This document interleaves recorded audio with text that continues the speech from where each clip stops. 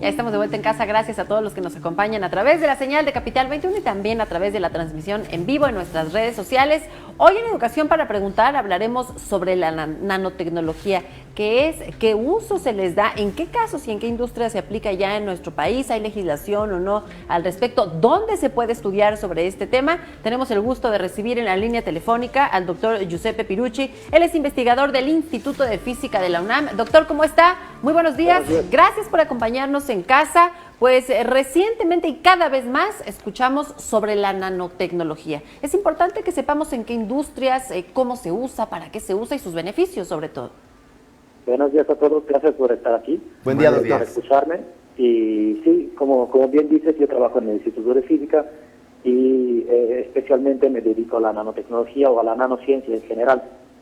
Ahora bien, ¿qué se entiende por nanotecnología? Pues hay que pensar en ella tanto desde el punto de vista de una ciencia pura como de una tecnología. Esos son dos casos complementarios y dos maneras de ver el mismo problema que se complementan. Lo que nosotros hacemos en el Instituto de Física es más bien la parte científica, digamos, de ciencia pura, con un grado de aplicación, digamos, limitado. Lo que se hace en la industria es mucho más aplicado y lleva tecnología que podemos utilizar todos los días. Ahora, primero que nada me gustaría un poco describir o tratar de describir un poco qué es la nanotecnología. Entonces, el término nano se refiere a una dimensión física espacial de los objetos que estamos manejando. Nano significa 1/1000 de 1 milímetro. Entonces, es una porción de espacio o de volumen extremadamente pequeña. Y desde el punto de vista científico, eso es interesante porque la materia, así como la conocemos, está hecha de átomos que se agregan y tienen ciertas características que a esas dimensiones de 1/1000 de milímetro conllevan fenómenos físicos particulares. Entonces, lo que se ve en un laboratorio a esas escalas, pues es muy distinto de lo que la gente común, nosotros experimentamos en el día a día. Entonces, por eso en la parte científica es muy interesante, porque tiene fenómenos raros. Al mismo tiempo, del punto de vista tecnológico, estos fenómenos raros se pueden explotar. Entonces, si me preguntas, por ejemplo, en qué tipo de industrias o en qué dispositivos actualmente se utiliza la nanotecnología, pues te puedo decir, por ejemplo, las computadoras, sobre todo las más nuevas, tienen adentro un procesador, así como lo tienen las pantallas, las Smart TV, los teléfonos, los móviles. Todo esto tienen procesadores adentro. Entonces, esos procesadores están basados en componentes electrónicos que tienen dimensiones nanométricas en las versiones más recientes. Y eso los hace mucho más eficientes, más pequeños, más compactos, más ligeros y un montón de otras características que hoy en día pues, damos por garantizados, pero que hace 30, 40 años pues eran casi inimaginables. ¿Hace 30 o 40 años se hablaba ya de nanotecnología o desde hace cuánto se empieza a utilizar, a aplicar? Ahí precisamente va el punto que decía de la transición entre la parte científica y la parte tecnológica. La parte científica se lleva, digamos que es la primera que llegó. Se empezó a pensar en términos teóricos o de aplicaciones muy de laboratorio, digamos, ya desde hace varias décadas.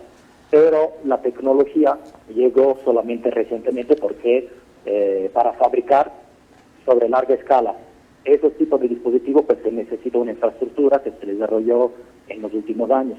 Entonces, por ejemplo, IBM, si quiere hacer procesadores mucho más chiquitos de los que tenía antes, ¿no? Las computadoras se van haciendo siempre más chiquitas y más poderosas, pues eso necesita una cierta infraestructura para poderlo fabricar. Aunque la técnica, más bien aunque la física se conozca, no significa que se pueda trasladar al mundo real rápidamente.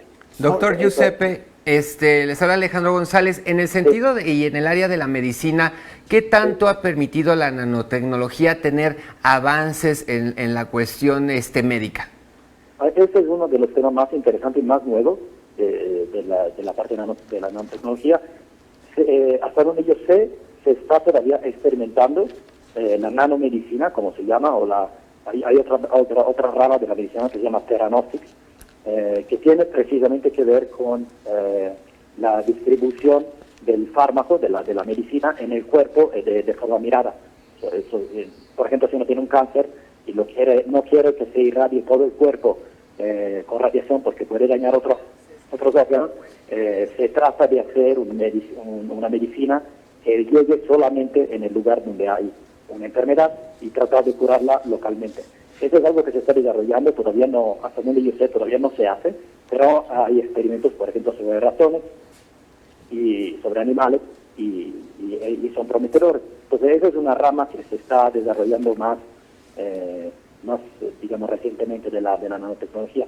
Otra, o sea, desde el punto de vista tecnológico, por ejemplo, aparte de las computadoras, de los teléfonos, no sé si han oído, hay algunas televisiones que le llaman quantum dots, o con un término, digamos, en español sería puntos cuánticos, que es una tecnología igual basada en nanotecnología y te permite ver colores más bonitos. O sea, digamos que desde el punto de vista de los consumibles, es una ciencia que ya se está usando mucho más. Desde el punto de vista de la medicina, pues es más al inicio. Claro. Doctor Josep, en los alimentos la nanotecnología está presente, y si sí, ¿esto hace daño a la salud? No. O sea, el hecho que haga daño no tiene que ver necesariamente con las dimensiones de los objetos. O sea, puede ser que haya alguna relación en ciertos casos, pero no es tan trivial. Por ejemplo, si uno se comiera estas cosas que acabo de mencionar de los puntos cuánticos de las televisiones, si uno se comiera eso, pues eso sí sería dañino, pero no tanto por las dimensiones, sino por el material, porque son metales pesados y hacen daño a la salud, pero no tiene que ver necesariamente con las dimensiones, sino con la composición química de lo que te estás comiendo, pues en ese sentido. Okay. Pues, doctor Giuseppe, ya para despedirnos, la UNAM, evidentemente, bueno, pues lo hacen, usted trabaja en el Instituto de Física de la UNAM. ¿Qué tipo de capacitación ofrece al respecto en nanotecnología para pues los jóvenes, las personas interesadas en acercarse a la máxima casa de estudios relacionados con este tema? Qué bueno que me lo preguntes, porque efectivamente sí hay. Nosotros, no solamente yo, sino yo con varios colegas, tenemos grupos de investigaciones y hasta materias, digamos, cursos de estudios a nivel de licenciatura como materias opcionales, pero también a nivel de posgrado, y que están especializados en diferentes ramas de la nanotecnología. Por ejemplo, en mi caso sería nanoóptica, que tiene que ver con la luz, pero hay otros colegas que trabajan en otras ramas de la física, siempre a nivel nanométrico. Entonces sí hay, y invito a los jóvenes que están interesados en esta parte, digamos. De hecho, yo me acerqué a la física precisamente así, porque me interesaba esta parte nanométrica, y así es como empecé. Entonces yo creo que es una buena motivación para uno que quiere entrar a la UNAM. Si se quiere ingresar en esta dirección, pues bien. Bueno, pues les recordamos el sitio web del Instituto de Física de la UNAM, www.fisica.unam.mx. Doctor Giuseppe Pirucci, investigador de este instituto, muchísimas gracias por acompañarnos y conversar esta mañana sobre nanotecnología. Gracias a ustedes. Gracias. Hasta luego, buen día. Hasta luego, muy buenos días.